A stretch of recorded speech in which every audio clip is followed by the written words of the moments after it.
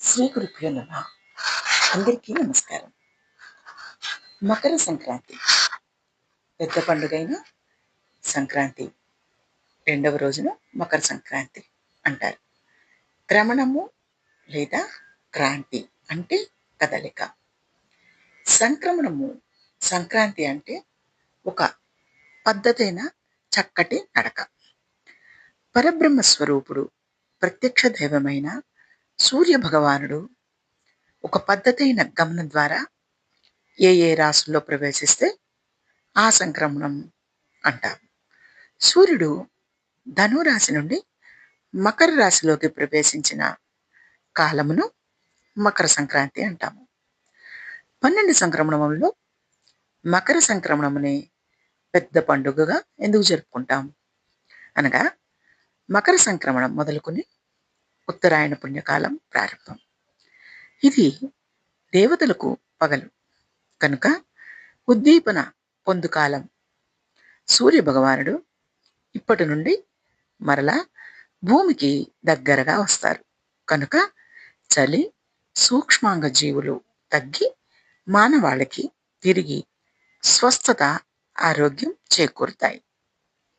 ఇంత మంగళకరమైన పుణ్యకార్యాలు జరుపుకోవటానికి అనుకూలమైన కాలం ప్రారంభమవుతుంది కనుక ఇది పెద్ద పండుగగా జరుపుకుంటాం.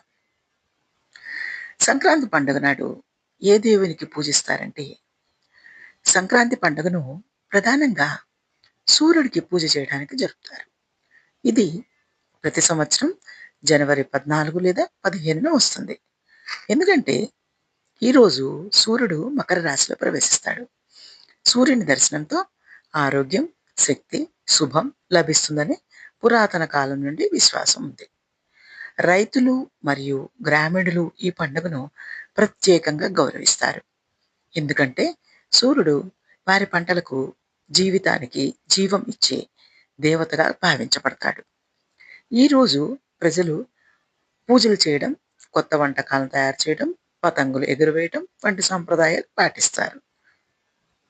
సంక్రాంతి పండుగలో రైతులు ముఖ్య పాత్ర పోషిస్తారు. కొత్తగా పండిన ధాన్యపు వంటకాలను సూర్యునికి సమర్పించడం ఈ పండుగలో ముఖ్య సంప్రదాయం. పాయసం, అన్నం, మిఠాయిలు ప్రత్యేకంగా తయారు చేసి సూర్యునికి అర్పిస్తారు. పొలాల్లో పనిచేసిన రైతుల కృషిని, కొత్త పంటను దేవునికి సమర్పించడం ద్వారా కృషికి, ప్రకృతికి, భూమికి ధన్యవాదాలు చెప్పడం జరుగుతుంది. పశువులను శుభ్రంగా స్నానం చేసి అలంకరించడం, వాటికి ఇష్టమైన ఆహారం అందించడం కూడా ఒక పాత సంప్రదాయం. సంక్రాంతి అంటే కేవలం వంటకాలు, ఆటలు, పతంగులు మాత్రమే కాదు. ఇది మనకు ఆధ్యాత్మికత, ప్రకృతి, రైతు, కుటుంబ విలువలను గుర్తు చేసే పెద్ద పండుగ. సూర్యుని పూజ ద్వారా శాంతి, ఆరోగ్యం, ధైర్యం లభిస్తుందని విశ్వాసం ఉంది. ఈ పండుగలో కుటుంబ సభ్యులు కలిసి పొలాల్లో పశువులతో పతంగులు ఎగిరించడం వంటి ఆనంద కార్యక్రమాలు చేస్తారు. చిన్నారులు, పెద్దవాళ్ళు అందరూ కలిసి పండుగను జరుపుకుంటారు. ఆనందాన్ని పంచుకుంటారు.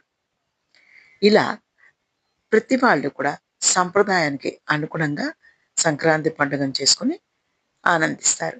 సంక్రాంతి పండుగ కేవలం సంప్రదాయం మాత్రమే కాదు, మన జీవితంలో ధర్మం, కృషి, కుటుంబం, ప్రకృతి గౌరవాన్ని గుర్తు చేసే పెద్ద పండుగగా మొట్టమొదటి నుంచి మన పెద్దవాళ్ళు అవలంబిస్తూ వస్తున్న ఆచారం. ఓం నమో భగవతే వాసుదేవాయ. అందరికీ సంక్రాంతి